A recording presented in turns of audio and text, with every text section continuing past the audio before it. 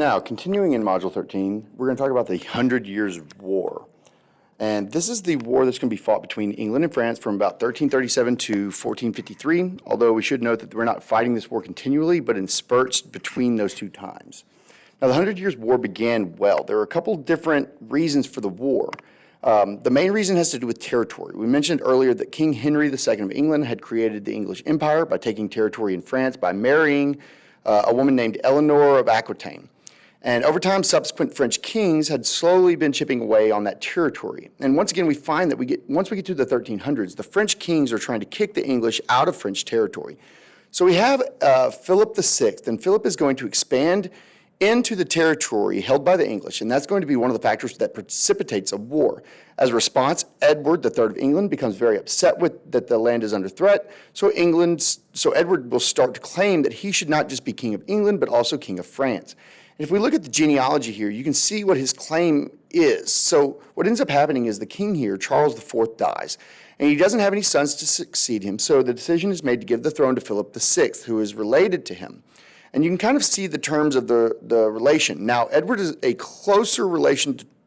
actually a closer relation to Charles than, and Edward's is there, and he is actually Charles's nephew. So he has a much closer genealogical relationship to Charles than Philip does. But Edward's relationship to Charles comes through his mother, Isabella. And France had been following Salic law since the time of King Clovis. We talked about that in the early Middle Ages. And that women are not allowed to inherit. And the French people say that, Edward does not have a claim to the throne because this claim comes through a female, not through the male line of succession. But Edward will continue to insist, rather, that he has a close relationship to King Charles and he deserves the throne.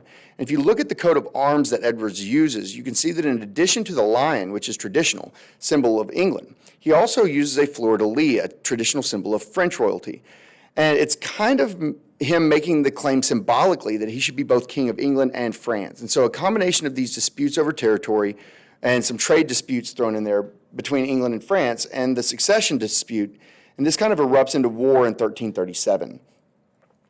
Early years of the war, everything seems to be going England's way. They have a series of major victories against the French. It starts in 1346 with Edward III's victory over the French at the Battle of Crecy. And the reason why the English have so much success early on in this war because they're using a new military technology, which is the Welsh longbow.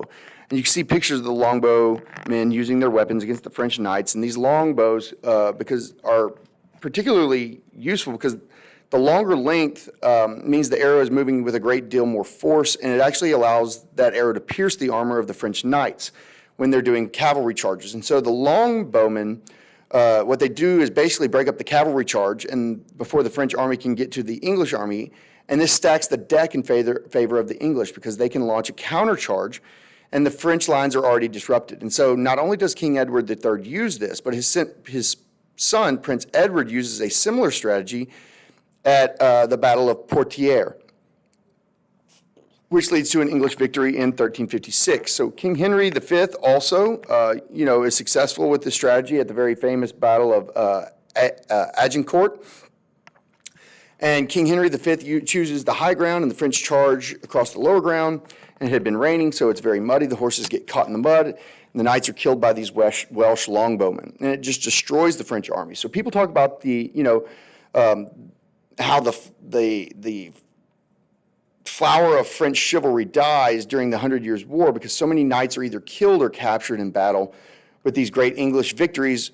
And when Henry wins the Battle of Agincourt, he's actually able to force the King of France to sign a treaty that it will allow Henry to marry the French princess. And the treaty states that the child, the son of Henry V and this French princess, is not only going to be able to inherit the throne of England, but also the throne of France.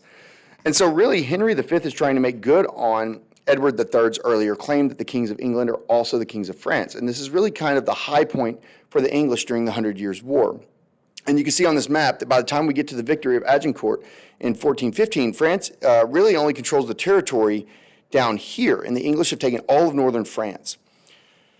With the English victory at the Battle of Agincourt, it may appear that the Hundred Years' War is over and that the English have won. Unfortunately for them, that is not quite the case. King Henry V would die in 1422, leaving behind a son that was only a small child.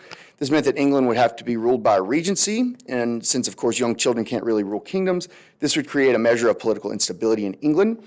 And the person who would exploit that weakness is a French woman by the name of Joan of Arc. And Joan was a peasant lady who was raised in the area of Loire, and she claimed that she could hear voices of the saints and claimed that, from a young age, the saints were talking to her. And she turns 16, 17 years old. The saints start telling her to support the Dauphin, Charles VII. The Dauphin is just a fancy, word for the crown prince. She travels to meet Prince Charles and tells him that God has sent her to help him fight against the English. I'm not sure that Charles really believes her. I mean, after all, here's a teenage girl telling him that she speaks to the saints. He's like, okay, well, why don't you go over to the city of Orleans and see what you can do there to help lift the siege. So the English were besieging the city of Orleans. She travels to Orleans, and she's dressed up in men's armor, and she rides out to meet the French, the battle against the English at Orleans, and the French are able to win. They're able to push the English back and free the city of Orleans in 1429. So Charles now thinks, hey, there may be something to this. And so he begins to travel with Joan, and she's helping to bring victories to the French. And, Joan and the crown prince, they're receiving, the keys to the city of Troy down here. And it's really important victory for Charles VII because the terms of the treaty that have been signed at Troy between the English and the French, Charles was not supposed to become king of France. And that was supposed to go to King Henry's son, but instead, after taking over the city, Charles was able to say that he could be king, and indeed crowns himself king shortly thereafter. So Joan has helped the prince realize his dreams of becoming king. Unfortunately for her, she's captured